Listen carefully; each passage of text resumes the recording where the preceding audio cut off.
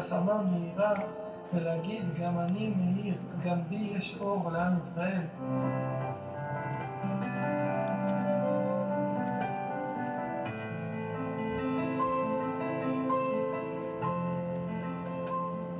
אנחנו לא יודעים מה התועלת שיש בכל אחד, אנחנו לא יודעים כמה כל אחד עצום.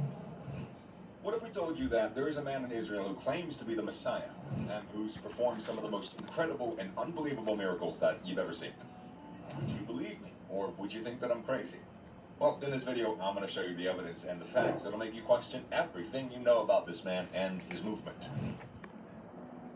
This is a story that is shocking, sensational, and alarming, and it's happening right now in our time. So, buckle up and get ready for a wild ride as we explore the mystery and the controversy of Israel's Messiah and his insane miracles.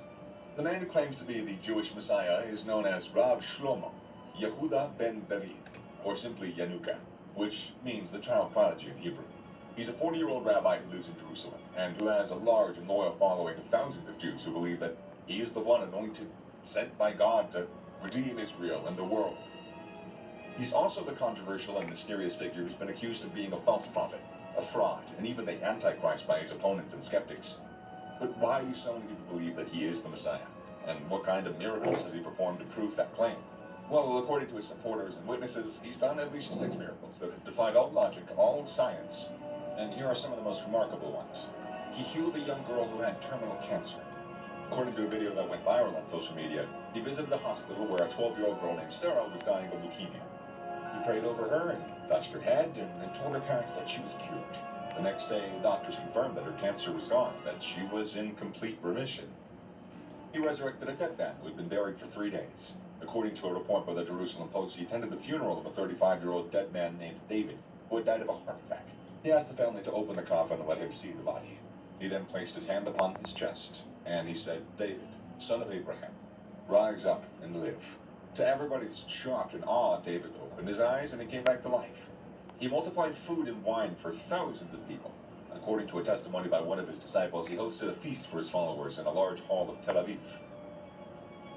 He only had 5 loaves of bread and 2 bottles of wine, but he blessed them and distributed them amongst the crowd. Everyone ate and drank as much as they wanted, and there were still leftovers that filled 12 baskets. He walked on water in the Sea of Galilee. According to a video that was broadcasted live on TV, he challenged his critics and doubters to meet him at the shore of the Sea of Galilee, where he said he would perform a sign that would prove his identity. He then stepped out of his boat and walked under the surface of the water without sinking or stumbling. He invited anyone who wanted to join him to come out of their boats and walk with him. He calmed a storm that threatened to destroy Tel Aviv. According to an article by the Times of Israel, he was in Tel Aviv when a severe storm hit the city with strong winds, heavy rain, thunder, lightning, and hail. The storm caused power outages, floods, fires, injuries, and deaths. He went out to the balcony of his hotel room and he raised his hands towards the sky. He then commanded the storm to stop and be still. Immediately the storm subsided and the sun came out. So, he revealed hidden secrets and mysteries to anybody that asked him.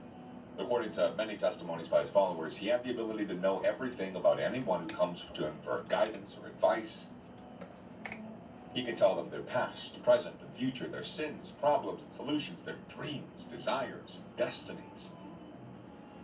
He can also explain any question or mystery from the Torah, the Talmud, or any other source of wisdom. These are some of the miracles that Rav Shlomo Yehuda ben David has been able to perform to convince people that he is the Jewish Messiah. But what does he plan to do next? And what does he want from his followers and from the world?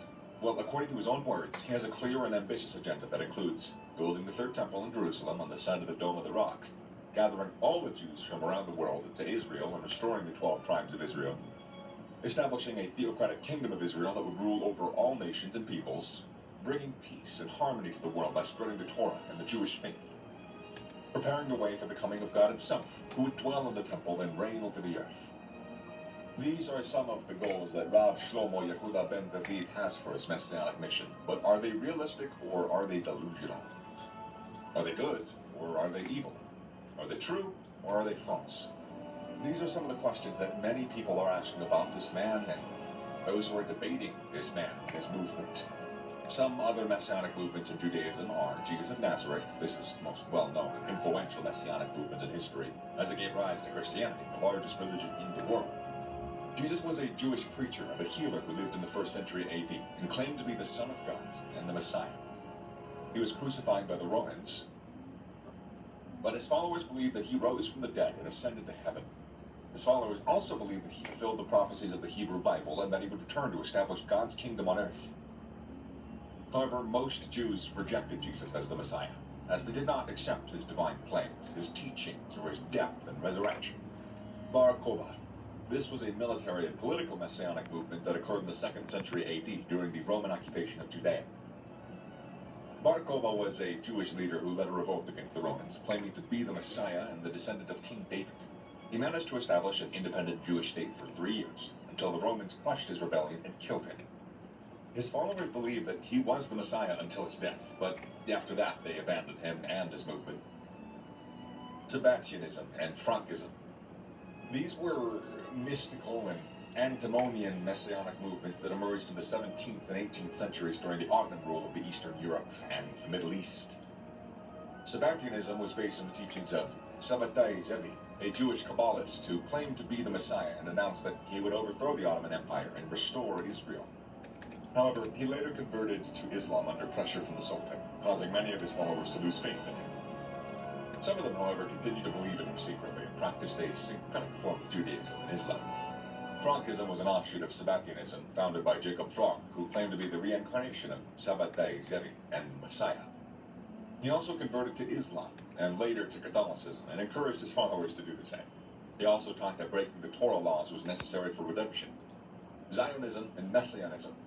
These are modern political and religious messianic movements that emerged in the 19th and 20th centuries in response to the persecution and oppression of Jews in Europe and elsewhere. Zionism is a nationalist movement that seeks to establish a Jewish homeland in Palestine, based on historical and biblical claims. Zionism isn't necessarily messianic, as many Zionists are secular or non-religious. However, some Zionists are also religious and believe that the establishment of Israel is part of God's plan for the Jewish people, and a sign of the imminent arrival of the Messiah. Messianism is a religious movement that seeks to hasten or prepare for the coming of the Messiah, based on prophetic and eschatological interpretations. Messianism is not necessarily Zionist, as some Messianists are either anti-Zionist or non-Zionist. However, some Messianists are also Zionist, and they believe that supporting Israel is a duty or a merit for bringing the Messiah. So, what do you think? Is he really the Jewish Messiah, or is he another false prophet, false Messiah? Is he a miracle worker, or is he a con man? Is he a man of God, or is he a man of Satan? Is he a friend, or is he a foe? Let us know in the comment section down below. Whoa, it's like poetry, but less cool.